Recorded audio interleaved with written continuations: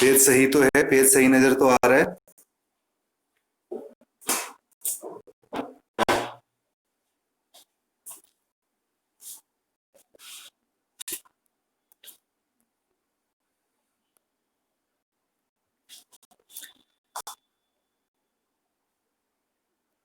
देखिए ये जो लेक्चर है, ये लेक्चर केवल पीजी से स्टूडेंट्स के लिए है। जो पीजी स्टूडेंट्स हैं, उल्टा है पेज। 1 मिनट जो है, मेरे पास तो सही नजर आ रहा है स्टूडेंट्स।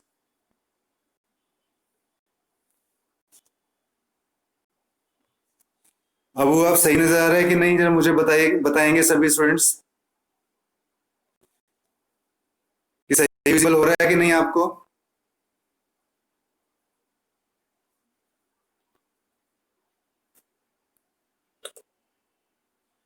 ओके नेहा। तो नेहा और जो सिमरन और जो ये स्टूडेंट्स हैं, ये पीजीडीसीए का मैं आज से स्टार्ट कर रहा हूं, क्योंकि आपके पीजीडीसीए में जो टॉपिक्स हैं, एक तो डाटा स्ट्रक्चर है और डाटा बेस का टॉपिक है, डिजिटल इलेक्ट्रॉनिक्स का टॉपिक है और कंप्यूटर नेटवर्क का टॉपिक है। तो ये जो हमारा लेक्चर हुआ करेगा, ये केवल पीजीडीसीए स्टूडेंट्स के लिए है। तो आज जो मैं इसमें स्टार्ट कर रहा हूं, आज केवल मैं इंट्रो पढ़ाऊंगा स्टूडेंट्स आपको, क्योंकि जितने भी पीजीडीसीए के स्टूडेंट्स हैं वो कल तक फिर और आ जाएं, तो उसमें मैं आगे के टॉपिक्स बताऊंगा जो इंपॉर्टेंट हैं। आज मैं सिर्फ आपको इतना बताऊंगा कि what is data structure. Student, data structure का मतलब क्या होता है कि अगर आप कंप्यूटर की मेमोरी को ऑर्गेनाइज करना चाहते हो, ठीक है, और जो उसमें आपने डाटा रखा है उसको प्रॉपर ऑर्गेनाइज करना हो, तो उसको हम क्या बोलते हैं, डाटा स्ट्रक्चर। तो इसकी एक छोटी सी मैं यहाँ पे डेफिनेशन बता रहा हूं। What is data structure? Data structure is a way to store and organise data.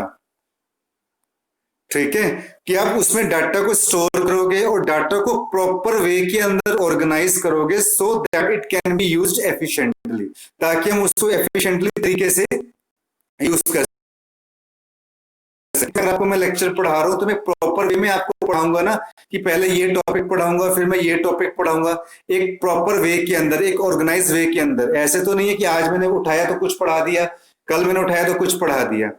तो एक प्रॉपर वे के अंदर काम करना, that is the data structure.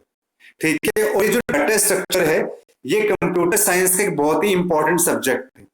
Actually real life के अंदर क्या होता है स्टूडेंट, कि जब हम रियल लाइफ में हम कंप्यूटर साइंस में काम करते हैं तो 3 चीजें बहुत इंपॉर्टेंट रोल प्ले करती हैं। एक तो आपका डाटा स्ट्रक्चर हो गया, सी हो गया, सी प्लस प्लस हो गया। ठीक है, data structure C plus plus. और जो स्टूडेंट ये जो डाटा स्ट्रक्चर है ना, ये सी के साथ भी यूज हो सकता है, सी प्लस प्लस के साथ यूज हो सकता है, पर जो हम ये पढ़ेंगे ये हमारा थ्योरी कंसेप्ट है। ठीक है, तो ये चैप्टर्स अच्छी तरीके से आपने तैयार करना है। Data structure can be defined as the group of data elements, which provides an efficient way, एक प्रॉपर वे के अंदर। ये डेफिनेशन फिर वही रिपीट हो रही है, स्टोरिंग, डाटा को स्टोर करना और डाटा को प्रॉपर वे के अंदर कंप्यूटर में ऑर्गेनाइज करना, ताकि उसे अच्छी तरीके से यूज कर सके। ठीक है, आप घर में चीजों को संभाल के इतने अच्छी तरीके से रखते हो ताकि जब भी आपको जरूरत पड़े तो आप वहां से उस चीज को वहां से आप उठा सको। ठीक है, तो डाटा स्ट्रक्चर के कौन कौन से एग्जांपल्स हैं student? Some examples of data structures are, जो हम आगे टॉपिक्स पढ़ेंगे, एरे, और एरे आप सबको मैंने पहले भी पढ़ा रखा है, लिंक्ड लिस्ट, ठीक है, स्टैक, ठीक है, queue, etcetera. These are all topics of data structures.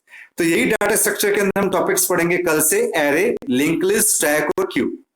Data structures are widely used in almost every aspect of computer science, और ये computer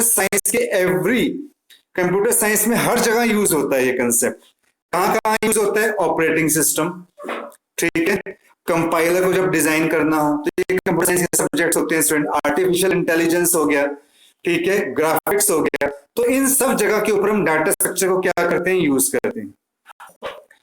Data structures are the main part of many computer algorithms as they enable the programmers to handle the data in efficient way. तो data structure क्या होता है, computer science का एक important part है। इसमें क्या होती है, डाटा स्ट्रक्चर के अंदर कुछ एल्गोरिथम्स होती हैं।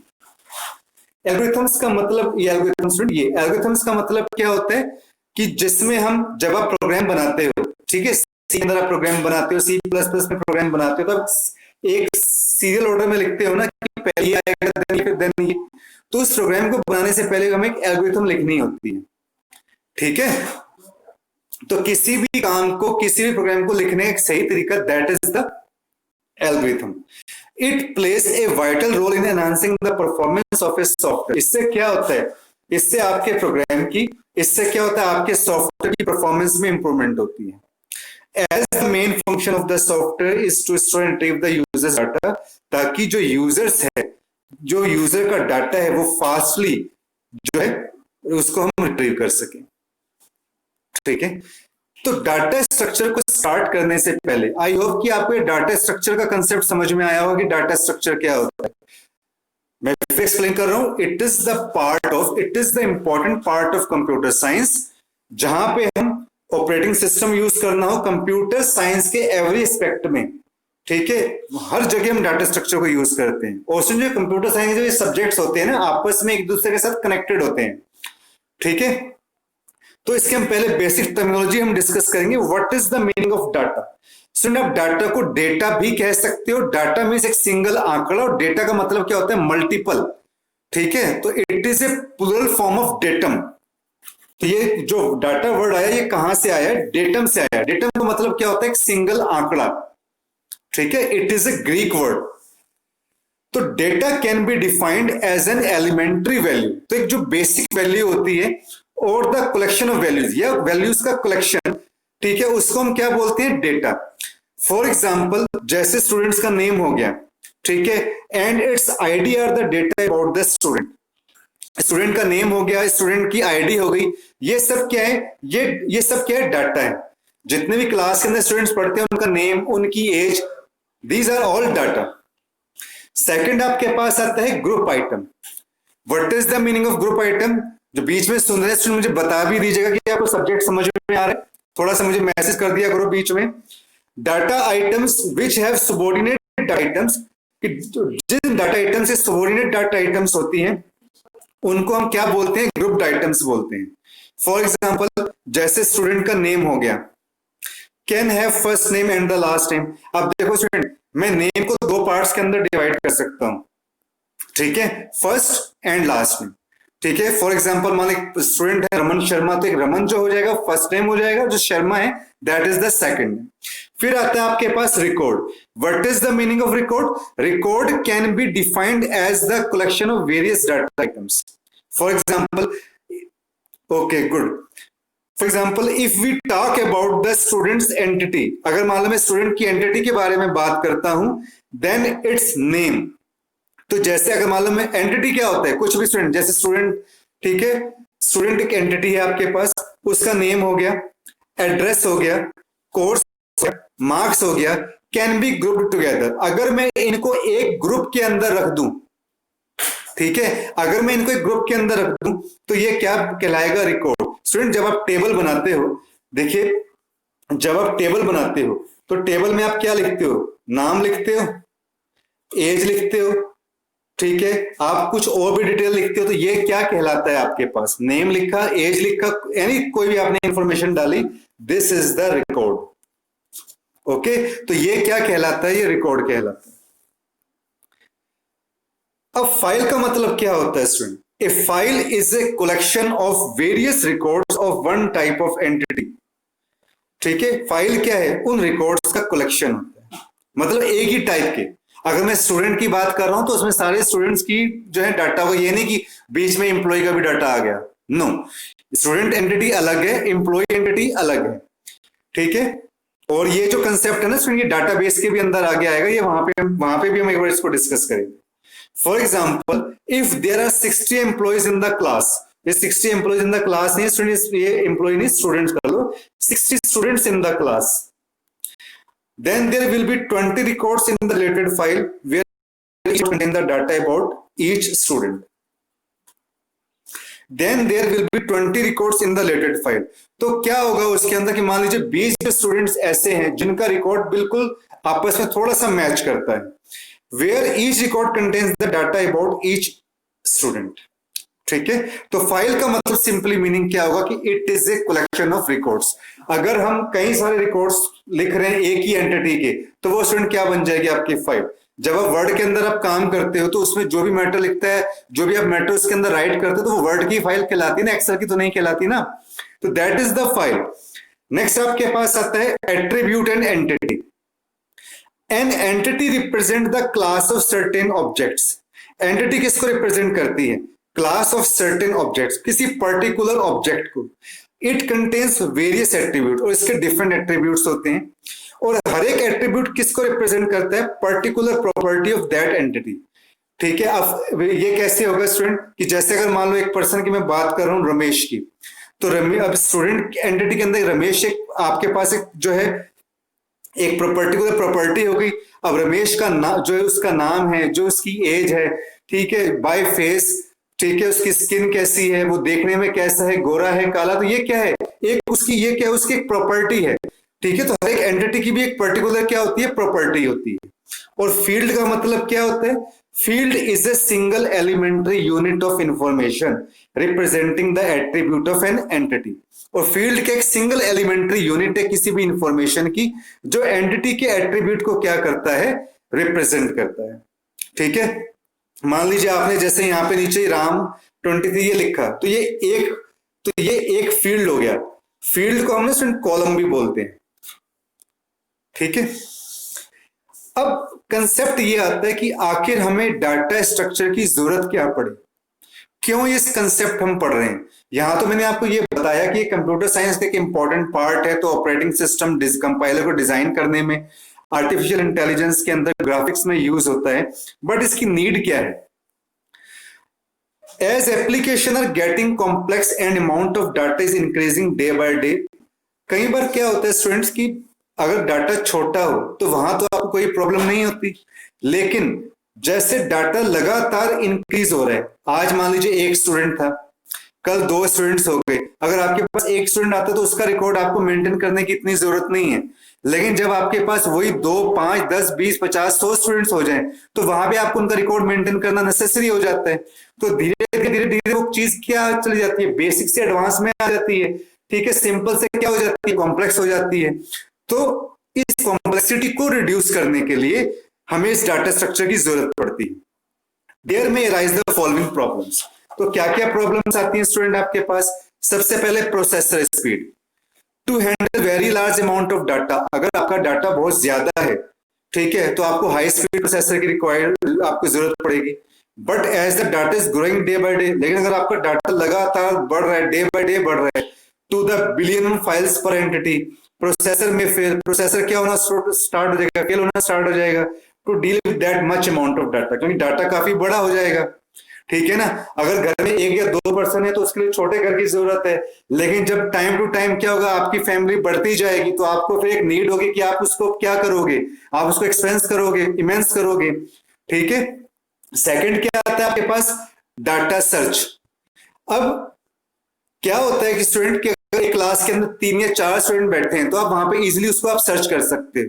बट अगर एक क्लास के अंदर 100 स्टूडेंट्स बैठे हुए हैं और उसमें से किसी पर्टिकुलर स्टूडेंट को सर्च करना हो तो इट इज ए कम्बरसम। ठीक है, तो उसको मैनेज करने के लिए भी हमें डाटा स्ट्रक्चर की जरूरत पड़ती है। Consider inventory size of 106 items in a store if our application needs to search for a particular item. अगर हमें 106 आइटम्स एक स्टोर के अंदर है और किसी पर्टिकुलर आइटम की हमें जरूरत है, it needs to traverse 106 items every time. अगर हमने उसको प्रॉपर वे में मैनेज नहीं कर रखा तो हमें 106 आइटम्स को हर बार जो है इसको क्या करना पड़ेगा? आपको ट्रेवर्स करना पड़ेगा। रिजल्ट क्या होगा कि slow down the search process, की जो हमारा सर्च प्रोसेस है वो क्या हो जाएगा? स्लो हो जाएगा। Multiple request, if thousands of users are searching the data simultaneously on a web server, then there are the chances that a very large server can be filled। अब एक ही information है स्टूडेंट्स, और क्या कहते हैं, उस इंफॉर्मेशन को एक ही समय के ऊपर काफी सारे यूजर्स क्या कर रहे हैं? उसको सर्च कर रहे हैं। तो इससे क्या हो सकता है कि जो आपका सर्वर है वो फेल हो सकता है। कई बार स्टूडेंट क्या होता है कि जब आपका रिजल्ट आता है 10th का या 12th का, और आप उसी समय क्या होता है कि ट्रैफिक एकदम से वहां पे क्या होता है बढ़ जाता है, सभी उस रिजल्ट को देख रहे हैं, तो वहां पे एक सिचुएशन क्या आती है कि किसी को भी रिजल्ट देखने को नहीं मिलता, सर्वर क्या हो जाता है आपका डाउन हो जाता है। तो ऐसी कंडीशन के भी अंदर आपको क्या करना पड़ेगा, कुछ ऐसा प्रोसेस करना पड़ेगा कि आप, ताकि आप हर स्टूडेंट जो है वो डाटा को इजिली देख सके। In order to solve the above problem, तो ऐसी प्रॉब्लम्स को सॉल्व करने के लिए हम डाटा स्ट्रक्चर यूज करते हैं। Okay, data is organised to form a data structure in such a way that all items are not required to be searched and required data can be searched instantly। Data structure का मतलब क्या है कि हमें सारी की सारी information हमने नहीं देखनी, लेकिन जिस इंफॉर्मेशन की हमें जरूरत है वो हमें इंस्टेंटली मिल जाए।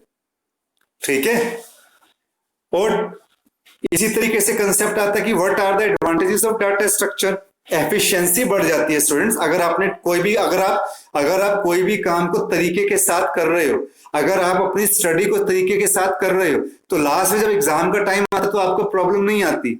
इसी तरीके से अगर आपने डाटा को सही वे के अंदर ऑर्गेनाइज कर रखा है तो आपकी काम की एफिशिएंसी क्या होती है, बढ़ जाती है। Efficiency of a program depends upon the choice of data structures. Suppose we have some data and we need to perform the search for a particular record, अगर हमें सर्च करना हो, वही बात है जो मैंने ऊपर बताया आपको। तो हम उसमें क्या करते हैं, हमने क्या पढ़ा था स्टूडेंट, एरे पढ़ा था।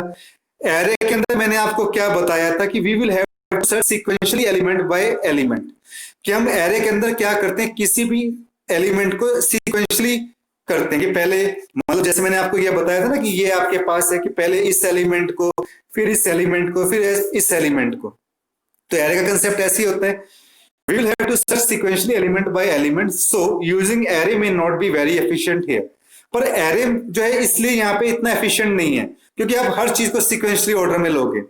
देयर आर बेटर, तो कुछ और बेटर होना चाहिए data structure which can make the search process, कि हमारे सर्च प्रोसेस को बेटर बना सके, like ordered array, binary search tree, hash tables. ये कंसेप्ट आपको, बट ये हम फ्यूचर क्लासेस के अंदर हम आगे इसको डिस्कस करेंगे। रीयूजेबिलिटी का मतलब क्या होता है student, data structures are reusable, that is once we have implemented a particular data structure we can use it at any other place.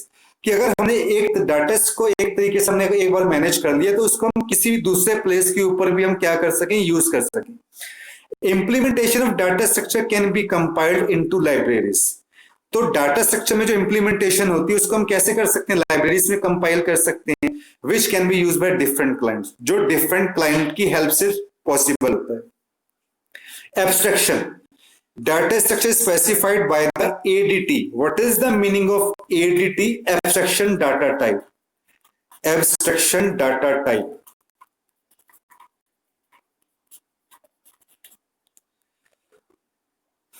provides a level of abstraction. The client program uses the data structure through interface only।